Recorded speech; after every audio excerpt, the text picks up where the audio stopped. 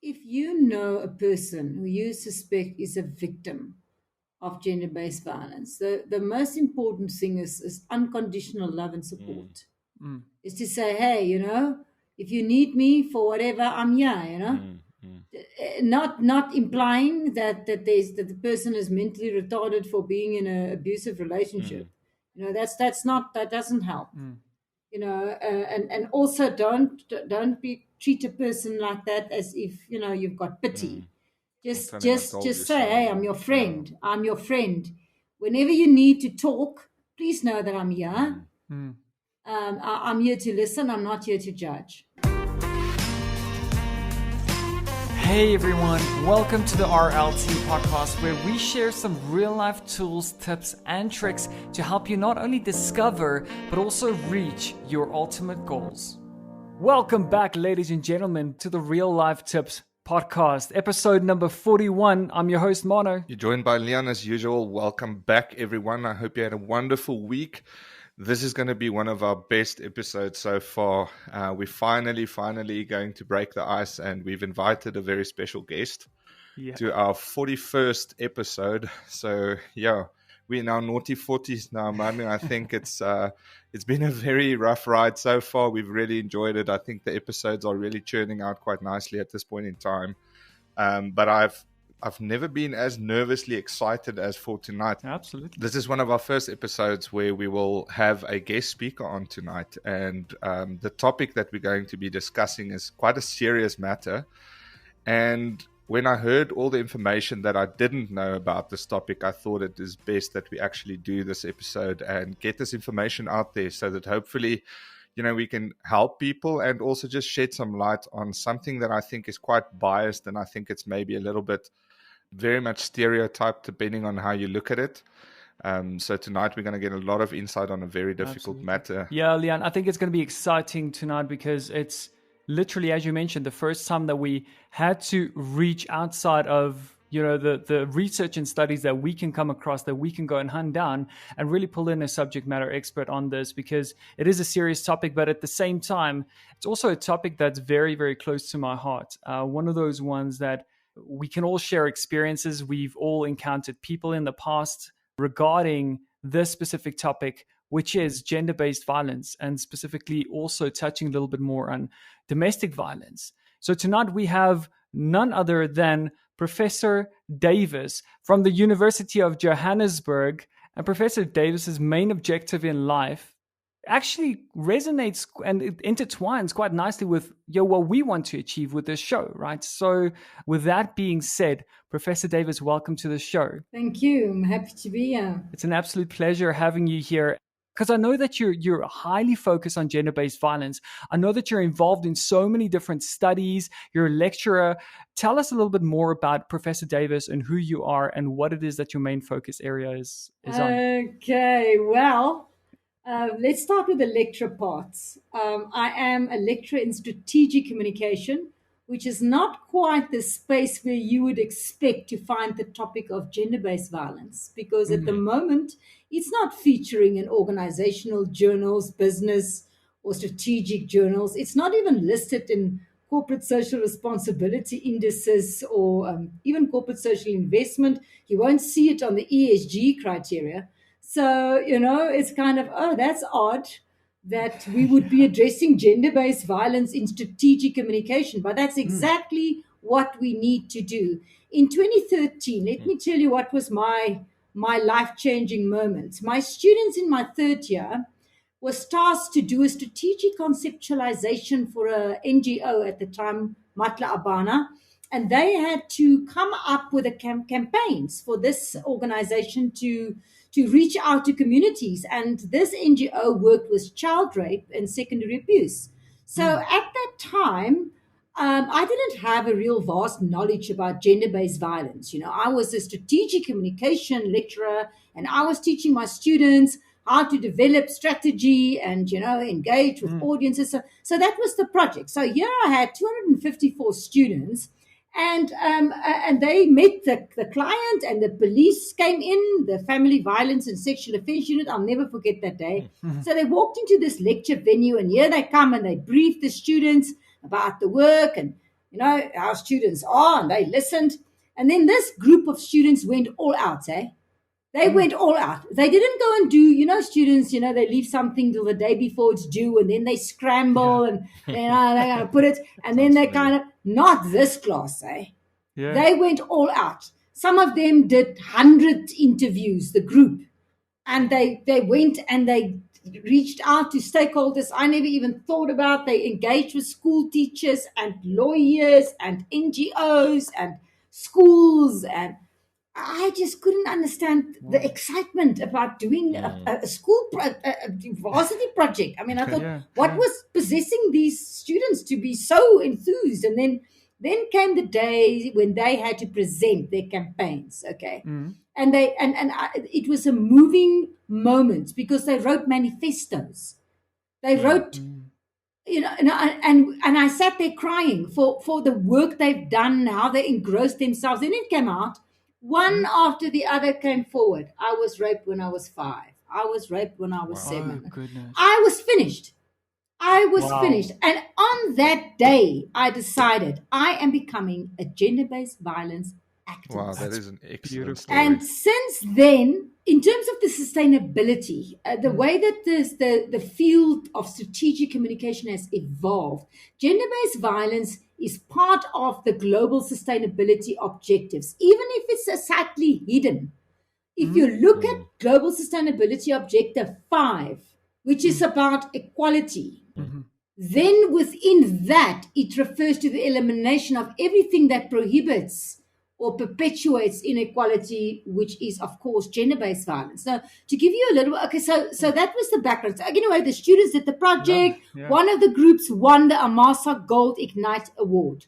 And their campaign was called Child Rape Does Not Exist Unless We Talk About It. So from there, it sparked my career. So I made it my business. I then facilitated and hosted several events. We had the SAPS units come in to engage with students. We had several opportunities to talk about the subject. I've been on South African television a few times about the topic. We hosted workshops for students. The mayor's office was present. So it started kind of escalating the work. And I ran this aside with my normal, nothing is normal. My curriculum that I do, I always just bring it in class. So when I engage with my learners, new classes, I always tell them I'm a gender-based violence activist. I always give my students the facts about the subject, even if it's not what we're talking about. I always inform them about it. So they know me. So over the years, obviously, I've also become a go-to place for students. So students who have gone through experiences would have come and spoke to me. I would have supported them. I would have been in contact with other lecturers, made special arrangements for them to cope, so make sure they go to PsyCAT. And then I became part of bodies at UJ, committees. I work with the transformation unit a lot. In 2019, we started endorsing the It's Not Okay campaign. Brilliant campaign, also endorsed by Gatrain and JC Decau. You'll see it on the billboards. And then obviously I worked with Tears Foundation. I'm a staunch supporter and advisory to them.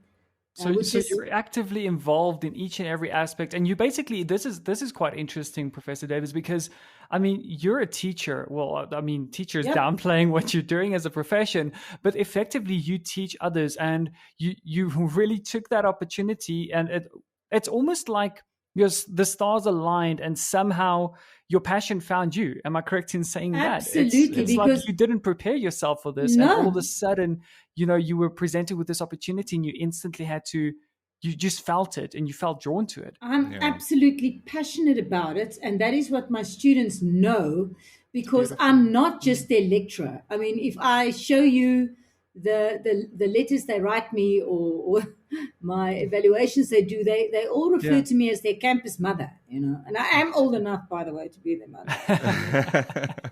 So that's very interesting. I was actually thinking just when you were, as you spoke about that, you mentioned that, even within government level and so on, gender-based violence as such is almost like a hidden topic, even within, the way that maybe different genders treat each other in just general communication. So to maybe start this off, can you give us a breakdown of what is gender-based violence? Because obviously I think we see the media version of it, and I think it goes way deeper than that. Let me tell you a story. I grew up in a small town in the Eastern Cape called Uitenhage. And I grew up in a very white Afrikaans family that was very isolated. I mean, Uitenhage is, Uitenhage is the middle of nowhere. I mean, not Uitenhage for our Afrikaans listeners. Yes, all 7 of them. Okay, yes. So in that environment, I grew up in a home where my father was emotionally, psychologically, and verbally abusive. He had a violent temper. So I grew up with this understanding that children had to be seen and not heard, and I was petrified of my father. He was not the kind of man on whose lap you would sit, or who would be affectionate in any way. And I had to witness my mother being treated as a servant. Coffee had to be ready when he got home, and dinner had to be cooked at a certain time in a certain way, and there would be no hesitation to humiliate her in front of anybody who would listen if something was not to his liking. And was that more normalized back then? Yeah, did you see that frequently, yes. Or was it just your family? No, you were basically limited to your family, because your life consisted of going to school and going to church and visiting the family. That was your entire life, and if you're lucky, you got to the library. But under those circumstances, that kind of behavior was condoned. Nobody in my family ever spoke out to my father and said, "Hey, how are you treating your wife and children? It's not okay." Nobody said that. And I don't believe that people realize to what extent they cultivate unacceptable behavior by not speaking out about it. So nobody spoke out about it. And that was just the norm. My father was the only son. His sisters made him believe he could walk on water or clouds or whatever. And he felt quite entitled that he had to be served and obeyed and deified. Although he was a blue-collar worker who did not even have a matric certificate, worked in the South African railways. I mean, we come from humble means. My mother also had a standard 8. She was a secretary, had a full-time job. And so I come from humble beginnings. But that didn't prevent my father from feeling entitled. So what we're saying is, there's always this interesting topic when people speak about gender-based violence, that they think that it's a poor, undereducated problem, and it probably comes from there. But that sense of entitlement doesn't limit itself to highly qualified and people who's got money and wealth. The entitlement even came with this humble upbringing that I came from, that my father felt entitled, as if the world owed him something. And did you grow up with siblings? Was there any brothers? Yes, I had an older sister and a younger brother. My mother passed away in a car accident when we were 14. My brother and sister were in the car. I nearly died in the same car accident. And why I'm telling you this is that when my mother died, my father became even more abusive. So it got to the point where he would have fits of rage about all sorts of things, and he would go through the house with a gun and threaten to shoot us. So you have little children, lost mother. I mean, I lost my memory for months. I was severely injured in the accident. Petrified children with a lunatic running around with a gun threatening to shoot us. Now, that's domestic violence, but I didn't know at the time what was gender-based violence and that this was domestic violence. There was no family who was going to help me. By that time, the family left, and everybody was too scared of my father to say anything, because remember, he was now, I don't know, he was entitled, so nobody would take him on. And having a brother and having a brother there, did that? You can choose whether or not you want to answer this, but did that rub off on him? Did that set a bad example from the same gender to the same gender, or? He couldn't be bothered about my little brother, is what I'm saying. And now you're looking at a normal, in quotation marks, family that Okay. looks like the ordinary church-going family in Yes. Uitenhage in the Okay. Eastern Cape. But my brother was abandoned. I mean, I left home as soon as I could, came to Johannesburg to study. Mm. My little brother stayed behind in that house of horrors. I went to fetch him, to put him through school. So it was that kind of story that happened. But what I'm saying is that long-term outcome, my brother passed away 2 years ago. I'm sorry. He started having epileptic fits and, had a lot of health issues. But it's all a result of trauma. So what I'm saying, it is tragic if we don't enable today's generation to speak, to recognize what is gender-based violence. That is actually where we got to, Leon. We're trying to say, let's define it. And that's why I told my story. I have come a long way, and I've educated myself, and I've done my degrees, and I've done my PhD. But what I'm saying, it came against the odds. It could have been so much easier. And it's not to say that everybody has that determination. So these kind of circumstances where children grow up in an abusive environment is a tremendous handicap to face and compete against the rest of the world or other people in the world who've had more fortunate circumstances. But the reality is, if you are a South African, you are either a victim or perpetrator of gender-based violence, or you are related to a victim or perpetrator, or you are acquainted with a victim or perpetrator. People are not isolated or ever. So it is not like we can pretend that the South Africans don't know or haven't experienced it. Absolutely. And I think it's so interesting that you mentioned that, Professor Davis, because and I want to understand this a little bit deeper, because we're talking about gender-based violence, but what does that entail? Is there a specific breakdown? Because the way that I used to sort of perceive gender-based violence before I started talking to you about this topic, even a couple of months ago, is I used to see it as basically directed more towards women, domestic violence directed more towards women. But am I perceiving it incorrectly? Is there a different sort of different categories of gender-based violence? Because I know that there's obviously domestic violence. This probably, I would assume, goes both ways, men and women. Yes. Let me give you an idea. It's mostly women. Globally, it's mostly violence against women and children. But it's not limited to that. There are various kinds. Your most common type of gender-based violence is intimate partner violence.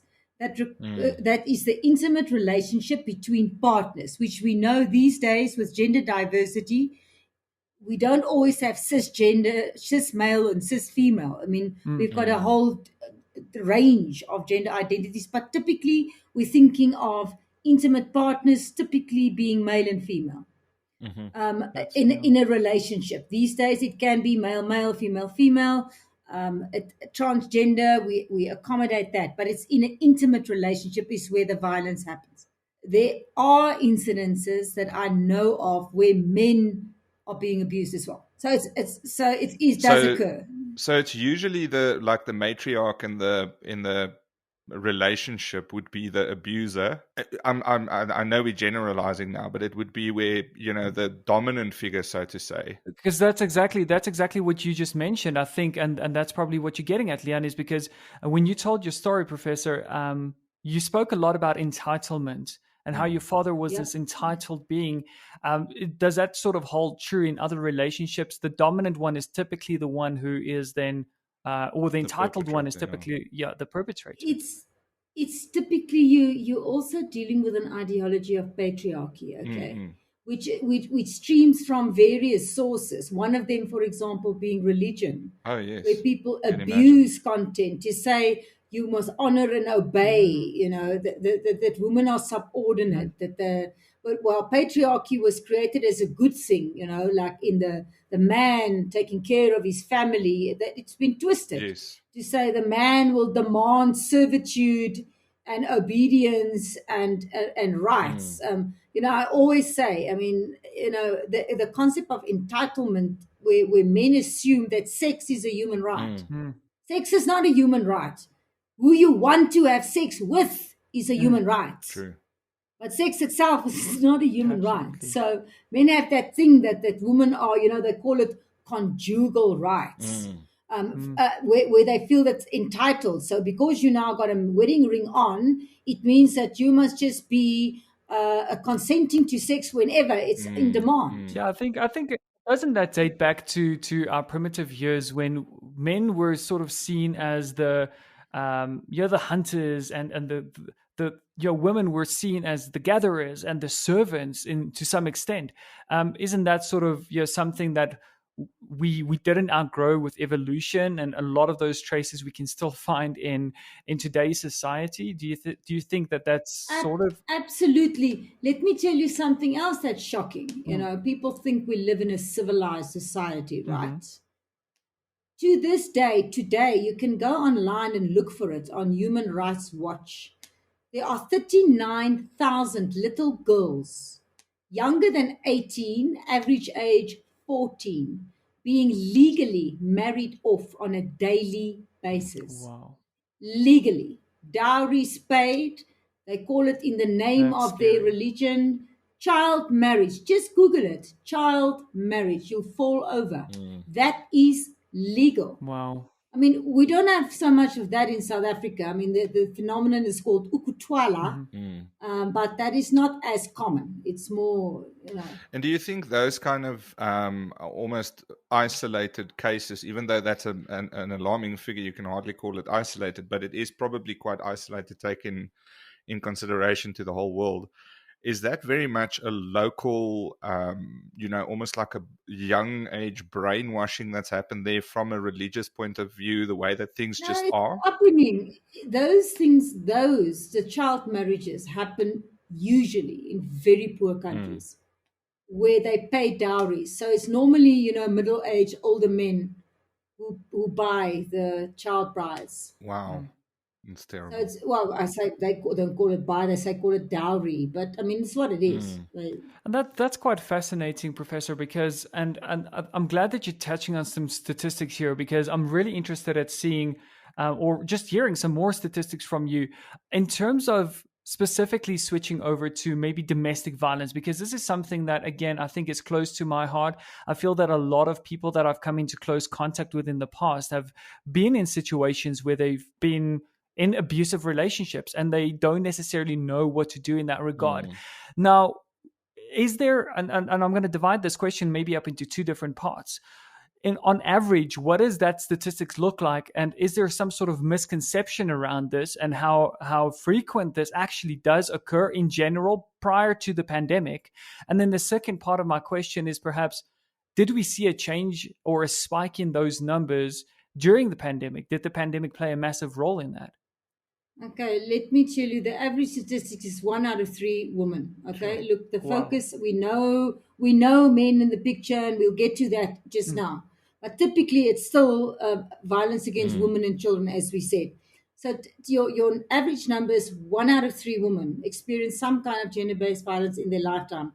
The statistics also say that if you experience it during your childhood, you're likely to be a victim or a perpetrator in adulthood. If you're a boy, more likely to be a perpetrator. If you're a girl, more likely to be a victim. And I can affirm that. When I was married for the first time, I married a violently abusive man. He was a bodybuilder, so he was physically violent. Kick, break, verbal abuse, emotional, psychological abuse, gaslighting, all of that. And what you're saying is to the opposite of that. If you were abused as a young boy, you're very likely to become a perpetrator. Did I understand you correctly? Very likely that it cultivates. Because remember something else also. There's a lot of anger going around. Do you know South Africa is number 103 on the World Happiness Index? Do you know that we've got some of the highest divorce rates? And if you look at the SADAG website, South African Depression and Anxiety Group, look at the state of anxiety and depression among South African people. So there's a lot of anger. So if you grow up subjected to violence and abuse, I mean, where's the outlet for that? Because remember, children can't talk about it. You must be seen and not heard. How, if you dare, do you take a chance to say something to a teacher or anybody else, what he will do to you when you get home? Wow. So it's silence. So there's this pent up anger, resentment, hatred, even. So what happens to that? It doesn't go away because it's in there. It hasn't had an outlet. I suppose if you didn't have a good moral support system when you underwent a lot of this suffering or this abuse as a child, then obviously that didn't help you to or guide you to deal with that better. Absolutely not. So here's the fact: if you had an abusive childhood, you have to do a self therapy. You've got to get into the acknowledgement. Okay, I've been a victim of child abuse of X, Y, and Z kind. This means that I need to pay attention to my subconscious mind because I know all that stuff is in there. Yeah. Because your personality is formed by the age of 7. So whatever informed that is going to become subconscious patterns that if you don't start, analyze, and become aware of it, where is it going to go to? It's going to shape your behavior. It's going to shape the choices you make. It's going to shape the friends that you choose in your life. I was actually going to ask as well, especially now, Marnie mentioned with regards to the pandemic, we've all seen some very freaky and unfortunate statistics about the increase in gender-based violence, specifically domestic violence, because of or due to the lockdown and the situation of being around your people a lot more. All the time, there's no escape. You can't go to the office. Exactly. There's no outlet. You're trapped with the perpetrator of the violence. Then you had the alcohol ban. I mean, South Africans are heavy drinkers. You cut people off from alcohol. You even cut them off from cigarettes. I mean, it was just a disaster with nowhere to go. Children having to do homeschooling, all contained in one place. Tempers would have flared. But I just want to point something else out to you. That most cases of gender-based violence are never reported. More than 90% of cases are never reported. So you can't rely on statistics because it's underreported. It's very few people who actually get as far as to go to the police station and lay a charge. And there's a skepticism about that. People don't trust the police. I want to actually touch on that. That was going to be my next question. If we're already hitting at around 1 out of 3 women get abused, and we're saying that many of them never even reported, and I think we all understand that, it takes a lot of courage to report this.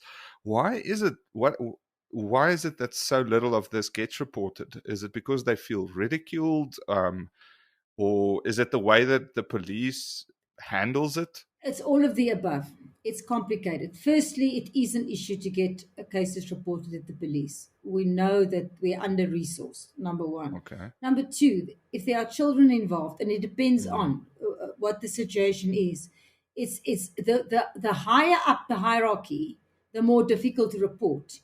For example, if you've got children going to a school, for example, that's maybe a private school, which a lot of people go to, women can't afford. They can't afford for their children to be exposed. They don't want school teachers to know and children to be humiliated at school. Even if it's, say, an average school, if it's not a private school, it's still a government school that the children are in. It's always about the interest of the children. So a mother isn't going to flee and go to a shelter if it means taking her children out of school and provide for them how?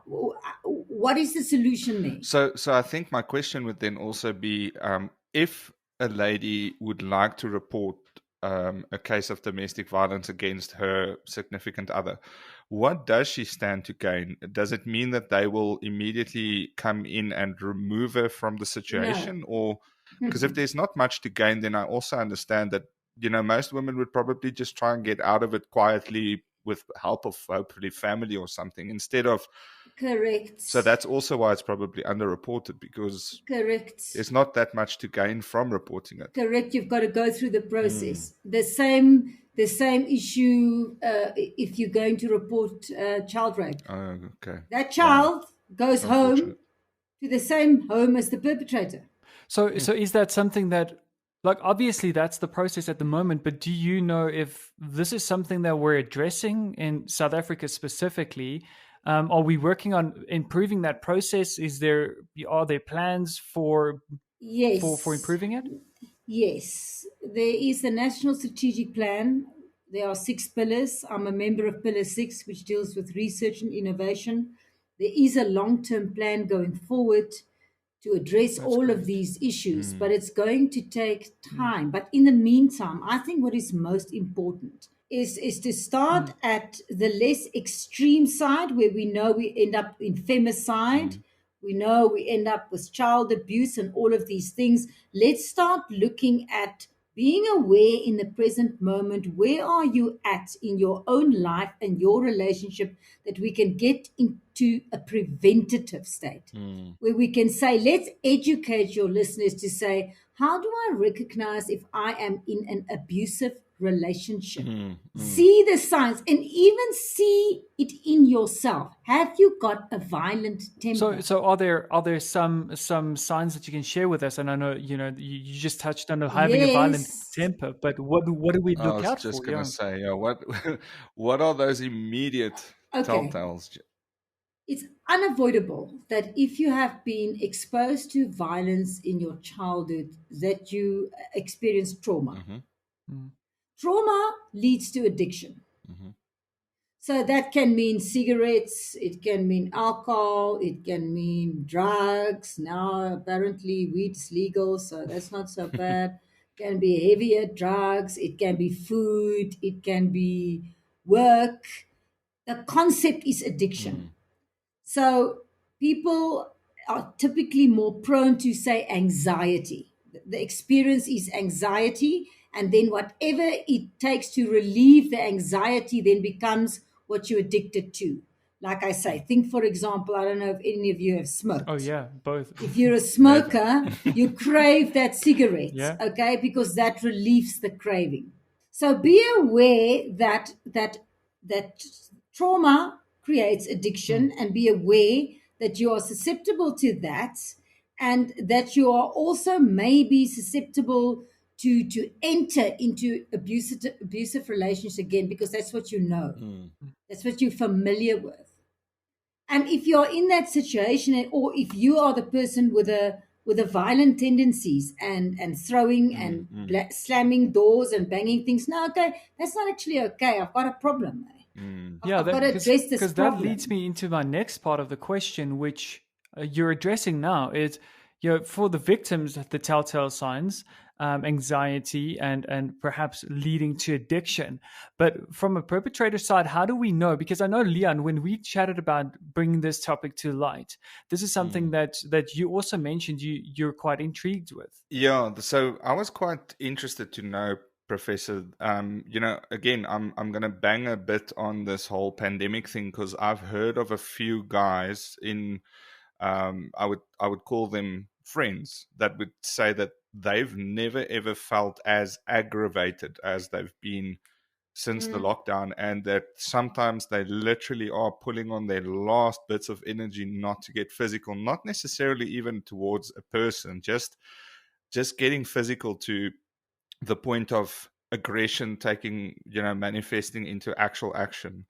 And they kind of acknowledge they're already doing the right thing by seeing that those problems are there. I've experienced it once or twice during lockdown, where I was so frustrated with so many different factors of it that I would easily want to just, I don't know, throw a chair through the roof or something. And those are, I would say, entry drugs almost to worse scenarios. I don't know what the question will be, but is that, firstly, is that normal? And then what do you do when you're in that situation? How do you remove yourself from something that's irremovable, like lockdown? Well, the frustration and it's understandable under the circumstances of COVID. It's been, nobody saw it coming. I mean, if you look at the global risk report, it wasn't even predicted that a disaster such as this could strike the world. So these were most unusual circumstances, which just made it worse for perpetrators and victims of gender-based violence, because there's no out. There was no outlet to let it go. So, it would have worsened it. The normal frustration level that people have felt would only have made the gender-based violence worse. And like I said, remember, a lot of it is not just physical. So maybe screaming at the children, or shouting and being psychologically abusive. Gaslighting, I mean that, all of that would have been a lot worse, because containment is not healthy for anybody. So it's only understandable that it got far worse. But I think at the same time it highlighted how bad it was. I don't think people realize. If you look around you, it's hidden. Yeah, it's invisible. It is. It's not reported, so nobody knows other people's business. Nobody wants to talk about it. It's stigmatized. They're too embarrassed. The family doesn't want to know about it. They say, sort out your own stuff. People feel, okay, well, it's private. It's not something to discuss at work. So it's perpetuated through the silence, the stigma, the uncomfortableness of it. So that people don't know what to recognize as unacceptable behavior. Yeah, so it's almost like the pandemic sort of might have actually brought a lot of the underlying sort of hidden gender-based violence to light when they were placed in isolation with one another, and I think that's quite scary. So of course, I think to a massive extent, those numbers would have increased over the pandemic. One of the interesting things that I do want to check with you, because a lot of the statistics that we talked around with during our discussion now was South African based, but do you have any sort of insights on a global level as to what the numbers are looking like, or the 1 out of 3 is sort of a universal global number there? It's universal. And let me give you an idea. The cost of gender-based violence was estimated in 2014 to be between 28 and 42 billion rand a year, the cost. And that was a very conservative estimate, because it didn't take into account the limitations to women's career progress, their loss of income, for the time they've lost, that they couldn't progress and advance themselves. So it didn't, but that was a rough figure. Okay, so more or less they say 1.3% of GDP. Wow. Globally, that number was estimated in 2016 to be $1.5 trillion. Wow. For the cost to the global economy. So there's a tremendous impact that society doesn't realize is feeling, because the employers don't see the impact on productivity. They don't see that absenteeism could be that people are not really ill, that it's other circumstances. So globally, this is very problematic. If you look at the reports, for example, that the UK release every year about the prevalence, I mean, that's first world country. Yeah. And every other country, you've got a few smaller countries who feature at the top of the World Happiness Index, where you find less of that. You'll also find in a country such as Canada, for example, they did a 5-year research project between universities and the private sector, where they delved into their situations with violence, and they got it written into the Occupational Health and Safety Act. It's now compulsory for private sector organizations to address gender-based violence in the workplace. It's an employee program. It's just compulsory. That's brilliant. So ideally, I mean, if one could get there, you could look at reducing numbers. But like I say, our problem is we don't even know the numbers. They're estimates, because people still feel that they can't talk. So unless we create environments where people are educated about what gender-based violence is, that you get it as from child abuse. I don't think people understand the scope of child abuse. Think about it. If we've got such a high divorce rate, how many children grow up in a healthy home with mommy and daddy loving each other and picket fence and all of that? How much of that do you get? And it's almost like a vicious cycle then, isn't it? Yeah, so what is normal? Where do we set the parameters now for what is normal? What is a normal upbringing? I I mean, if you look at, people really are out of touch with what goes on. We know the most common form is intimate partner violence, which is in relationships, which is abusive, physically, sexually, emotionally, and all of that. But the darker side, where you see little children, babies, 5-year-olds, 3-year-olds, 7-year-olds, being groomed and raped, that is so prevalent that is where society is a little bit oblivious, to the extent that they don't realize it's the uncles, the fathers, the stepfathers, the cousins, that they trust little children with people, that our society needs a wake-up call. Because if you can imagine a child who's just being used to verbal abuse or even hidings or spankings, is one kind of violence. But what do you think the odds are for children who are raped to ever have normal, typical, happy, fulfilled lives? Unlikely, yeah. It's very unlikely. Then let's talk about another version of gender-based violence that's totally unspoken about: male rape, boys being raped. There was a study done several years ago that they found that there was a number up to about 400,000 boys that's being raped, and even less annually, less reported, because again, it's peers, school teachers, relatives again, that phenomenon of male rape is totally unreported. Wow. We saw a touch of it with the Parktown Boys High issue. Is there a trend there where it's boys being raped by males, or? Yes. Okay. Look, the boys, males being raped by females occur, but that's very odd. But male rape by men is common. Sure, that's horrific. Not as common as women, but common enough. I mean, if you're looking at nearly 500,000, it's quite a number. Professor, that is really, really scary, I think, first and foremost, and very insightful. I think it's one of those very uncomfortable topics that people don't necessarily like to even try and research. And I think a lot of people want to sort of just we all want to be blind, turn a blind eye to it, because we feel powerless against it. So where would you say is, where do we start with trying to change humankind, or trying to address this betterment of humankind? It starts with awareness. We start with education. And raising awareness of what constitutes acceptable and unacceptable behavior. Let's educate people. What do healthy relationships look like? What is typical experiences when you have been a victim of gender-based violence in your childhood? What are you expecting? What kind of things can be wrong in your mind? Where could you have formed the wrong ideas? How do you cope with the emotions that come from it? How do you get to a point of being your own therapist, discovering your own emotions and come to terms and engage about it? How do you find support groups to communicate with?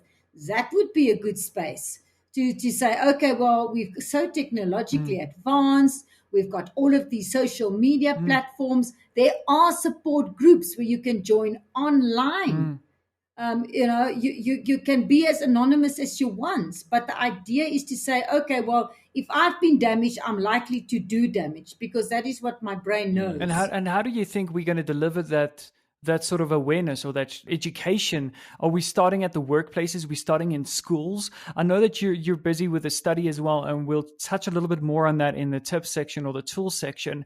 But tell us a little bit more about where exactly would you see is the point where we can distribute this sort of information to create this awareness. To get a larger impact, I think, so that it's not so one-on-one people trying to solve it on their own, but to maybe bring it on radar. Absolutely. So that it's, I don't know, I like the idea that you mentioned earlier about some workplaces introducing awareness inside the workplace, because... Yeah, that's what my research is busy with that. But I think what's important is for your listeners to reflect and say, okay, where am I in this big thing? What has been my experience? What do I know about it? And what do I need to know? Because we need to arm ourselves with knowledge and say, okay, well, if these were my experiences, let me do a little bit of homework. There's so many resources online available. I mean, for example, this study done in Canada, there's a website called Learn to End Abuse, all one word. Learn to End Abuse, and you'll find it. If you just look for it, you'll find it. And there's so many people who are prepared to tell their stories and share their stories. Are these studies mostly victim-centric? Are there anything that if you're a violent person and you are perpetrating violence upon your kids and your spouse, but you've come to the realization that you maybe have some illness or sickness and you want to deal with it, are there any help for the odd one out here, the guy that might be sitting here saying, listen, I am that 1 in 3. I'm that guy doing, the nasty stuff to my loved ones, and I want to figure out what I can do to fix it? Or do you think they usually can't be fixed? It depends on what you want to fix. If you are an abusive person and you acknowledge and you realize, oh my word, I've got this uncontrollable anger, or I don't know how to communicate in a certain way, that you can fix. But I also, I've heard, I haven't seen, but I've heard that there are counseling for perpetrators of child rape, pedophiles. But from what I know, there's been very little success in terms of rehabilitating pedophiles, for example. But I'm not saying that's impossible. I mean, I've heard someone say that if you are violent and you've realized the fact that you are violent and you've got a sincere, you've got a sincere need to try and fix it, the best way for you to fix it is to actually cut those people loose and let them go, so that they can get away from you, because the likelihood of you... Do you think that's bad advice? It sounds very like one-sided, but it kind of makes sense. Well, but think about this. Abuse takes place over a long time, okay? So say, for example, it would be a person's childhood that they experience. How can you undo that? You can't go and see a psychologist for 6 sessions and there you go. Yeah, true. There's got to be a longer-term program, and there's got to be a solution, and there's got to be a safe space, that people can say, can help me understand me, help me understand my anger. Let's educate. Look, and I guess with the internet playing a big role in technology and communications being way more effective now, we've got reach all over the globe. It becomes a little bit easier to open up about these things and start sharing stories with one another, talking to others, building a community. Women's rights in general has leapt forward over the last couple decades, or maybe last 2 decades at least. No, but I think, I've got a lot of hope for your generation. You're the talking generation. You've got higher expectations. You're more open.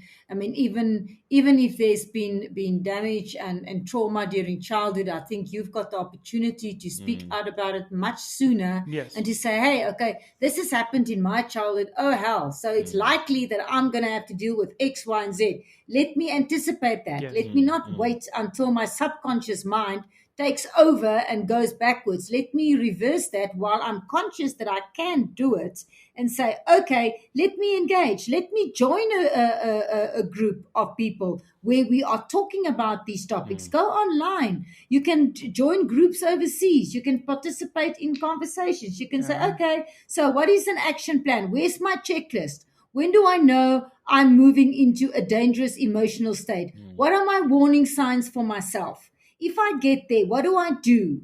Who is my backup friend that I can call and say, oh, I'm about now to lose it. Call in, do whatever needs to be done to overcome it. I mean, we're not defeatists. We are conscious people, understanding, learning, and saying, okay, these are the facts. We are in this society. Most people have experienced some kind of abuse. What are we going to do to deal with it, to prevent it from just carrying on and on and on? I love that. We can stop it. I absolutely love that, Professor. And I think with that being said, Leon, let's move into the real life stuff for today. Professor, it's been an absolute pleasure having you here with us today. You touched on something extremely interesting there at the end, which is, we have access to a bunch of communities. We are the generation who is most likely or more likely to speak out about these type of things. Now, one of the things that I do want to ask you as a tip in here, do you have any tips to share for someone who is currently sitting in a physically or sexually abusive relationship and or situation that they want to get out of? I know that we've spoken about some of the telltale signs, self-assessment. Is there perhaps a tool? Where can they go, and how do they identify themselves in those seemingly abusive situations? Well, depends on the range. Also, of course, if you're in an emergency situation, if you are being abused and you need help, I suggest you call Tears Help at Your Fingertips helpline. That is a service that's available 24 hours. It's a *134*7355 hashtag.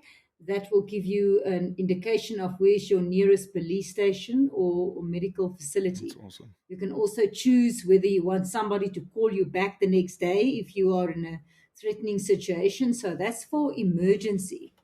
That you consult Tears Foundation. If you are in a relationship that you know is abusive, I suggest you get out of that relationship. If it's not a person who is in a situation where they acknowledge that there's a problem, it's not going to change. So you can go to the police, choose a police station, obviously, where you also feel safe. You can also call one of the NGOs, such as Tears. Also confide in a friend, find somebody that you can trust and speak to. And if you are not in a situation of abuse, remember that you can be the friend that somebody can speak to. You must have empathy and understanding that a lot of people find themselves in situations where they are vulnerable. Remember, the girls who grew up in a family where they did not have a loving relationship with their fathers are less likely to have confidence. So they are more likely to tolerate an abusive relationship because they are seeking approval. They want acceptance. Yeah. They want to have a relationship, and they don't realize, but they deserve more. So if you are finding yourself in an abusive relationship, I think you need to look at yourself and say, but I deserve better than this. I don't deserve to be treated like this. Absolutely. And there must be a way for me to get out of this because I do deserve better. And if you're a young person, get out as soon as possible. You can never get out of abusive relationship too quickly. Yeah. And it's almost like you can't. Do you find that people try and fix? And I know I'm bombarding you with questions here because I'm so intrigued with this topic. Do you think that people sometimes feel that they can change the situation when they're caught up in these abusive relationships? They think that it will change. I mean, I married the guy. Yeah. So I thought he's going to change. They're not going to change. Also, remember, little girls are brought up to dream of their wedding, man. They dream of the wedding and they're going to wear the nice dress and there's going to be flowers and bridesmaids and the beautiful ceremony and all of that.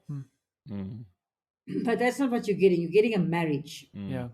You're preparing yourself for a wedding and you end up with a marriage. And you end up constantly trying to fix the situation or trying to fix the other person. In a marriage. Yeah. It's not about the wedding. It's about the marriage.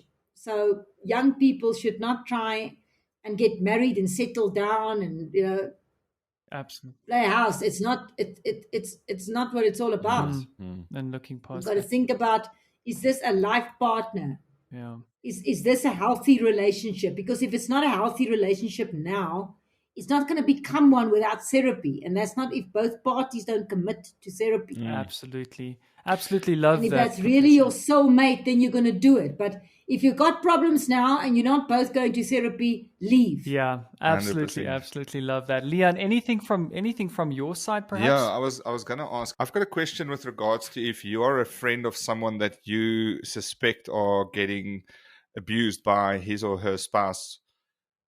What would you do if you don't want to step on anyone's toes, you don't want to put your nose, like, that's a very sticky one. I'm sure there are some guys and girls out there that knows about too much, maybe? And what do you suggest they do about it? Well, firstly, if you are a friend of a friend who you suspect is an abuser, or if you are in company and you can see behavior that is unacceptable, the way a guy treats his girlfriend or whatever, you have to speak out about that. Yeah. You've got to say, hey, even if you're one of the guys and they are making sexist and condescending jokes, you're going to say, hey, guys, I mean, that's actually not funny, eh? Yeah, that's starts true. with the little things. Yeah. It starts with the little things, the way they talk about women. Yeah.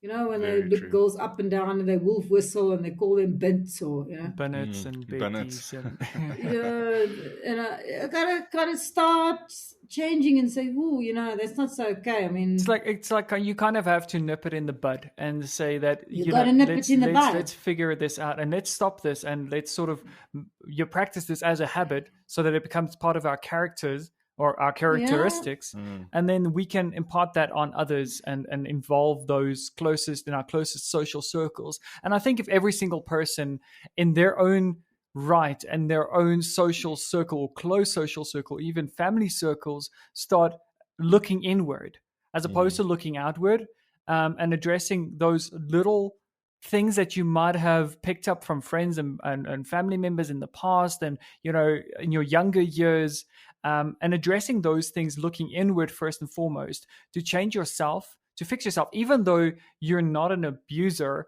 or even though you're not being abused currently. Making sure that you understand and you've created some awareness for yourself, but looking inward and saying, I'm going to change who I am. I'm going to make that a habit. I'm going to make that part of my character. And naturally, I will start influencing those closest to me. If we can, each and every single one of our your listeners can do that, I think, or not just even our listeners, each and every single person in this world can do that, then I think overall we'll start making a massive, massive difference. Okay. So if you know a person who you suspect is a victim of gender-based violence, the most important thing is unconditional love and support.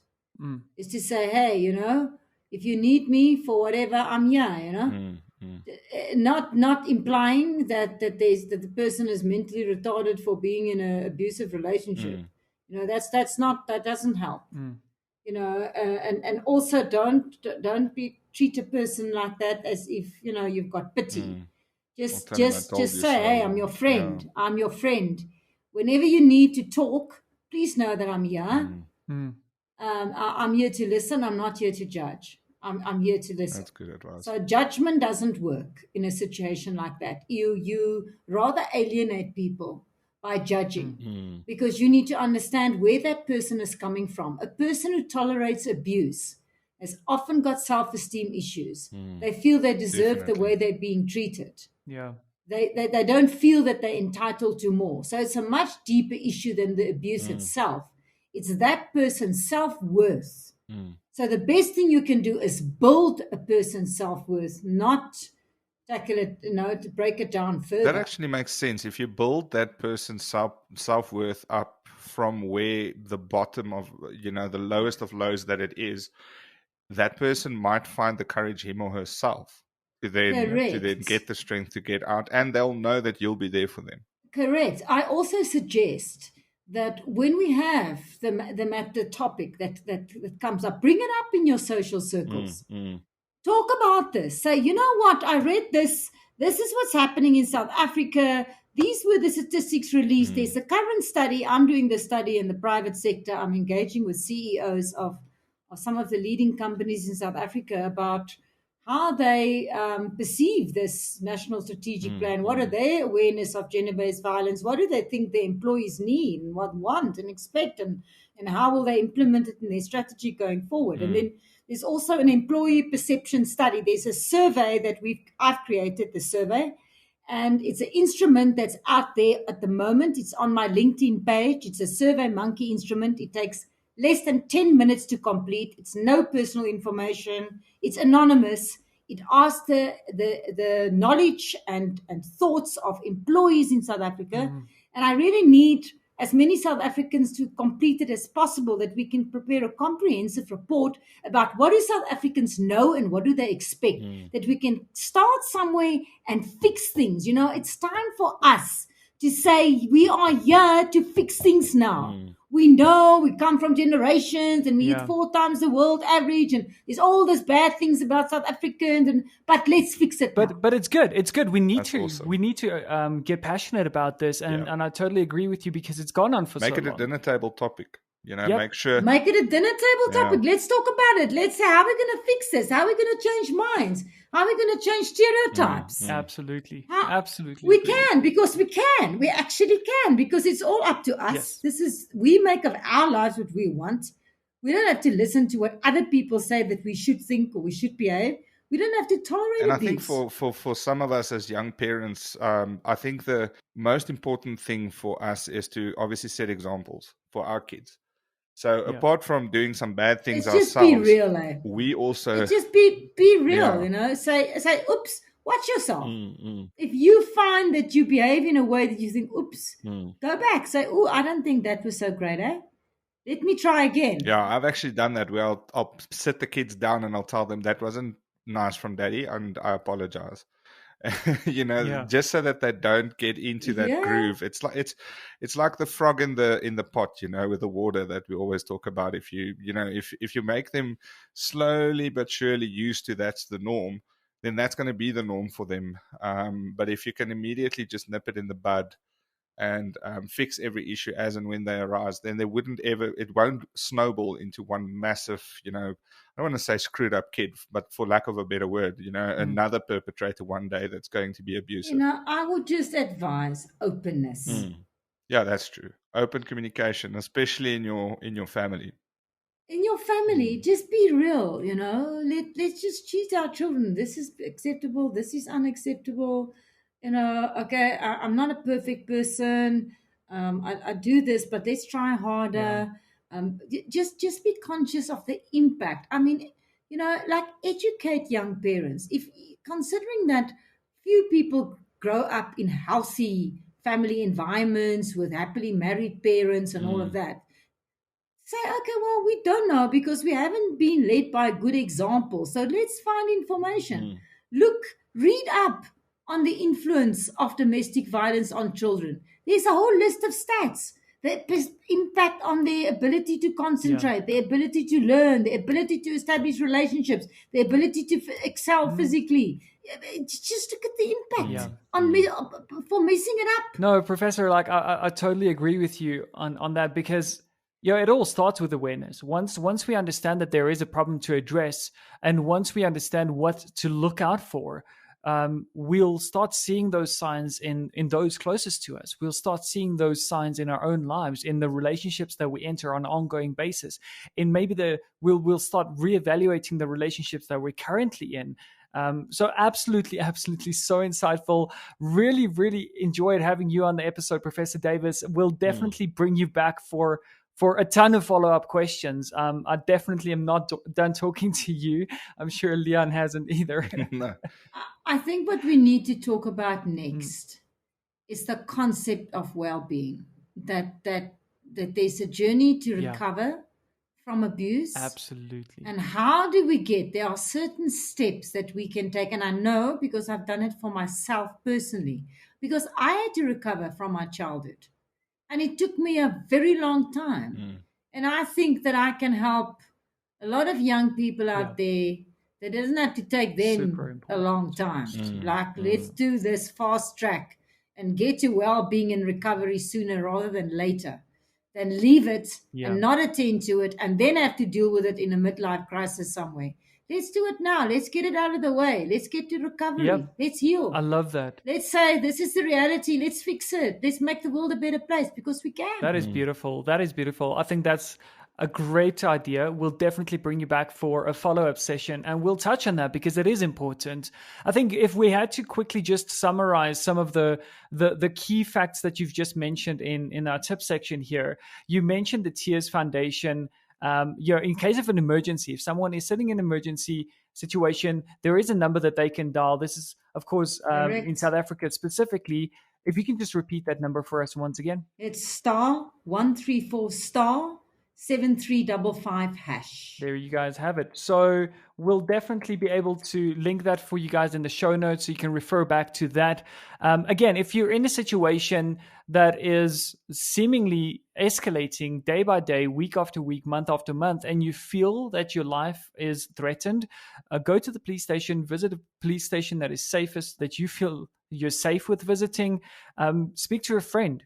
Interact with communities, speak out about these things, because the more you bottle it up, I think the more damage gets done, and the longer the road is going to be to recovery, if you even do make it, to the end of the road where you get out of that situation. And I think the most important thing that you mentioned, Professor, was the fact that it starts with awareness, and we have to start with this awareness in businesses. We have to start with this awareness in our own lives. Applying this to our own, looking inward, as well as looking outward, looking in our closest friend circles, making sure that we nip those things in the bud, the sort of habits that have formed in those groups, the way that they talk to the opposite sex or address them, and all of these things. So touching on that, and as maybe a closing remark, you mentioned that there is an employee perception study that you're currently busy with, and we will be sharing that with you guys in the show notes as well. So please support Professor Davis here in getting as much of the research information completed in that specific study. It's only going to take you 10, 15 minutes? 10 minutes, 10 minutes, less than 10 minutes. Just complete the survey. Marno, share the link. It's SurveyMonkey. It's easy to do. Just do it. Let's hear what South Africans are saying. If you don't say anything, you're saying nothing. Absolutely. And nothing is not going to solve the story. We need you to say something. 100%. It's been an absolute pleasure, Professor Davis, having you on the show. We'll definitely bring you back. Thank you guys in the audience for listening. If you want to find out more about Professor Davis here and you want to read up more about her studies, Professor, where can they go and find out more about you? You can just Google my name, Professor Corné Davis. I'm on the UJ page. I've got a Google Scholar page. I'm on LinkedIn.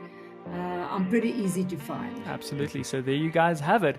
Everything about gender-based and domestic violence, especially touching on it from the pandemic and the impact that the pandemic has had on it. It's been an absolute pleasure. This is me signing off from Mono. You were joined by Leon as usual. What a pleasure. Thank you so much, Professor Davis. Insightful. Lovely being here. Awesome.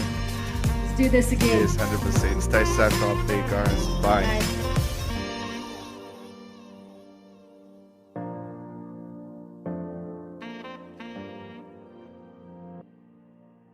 What's up, guys and girls? If you've derived some great value from our show thus far, please take a second to rate and review us on the platform that you're tuned in on.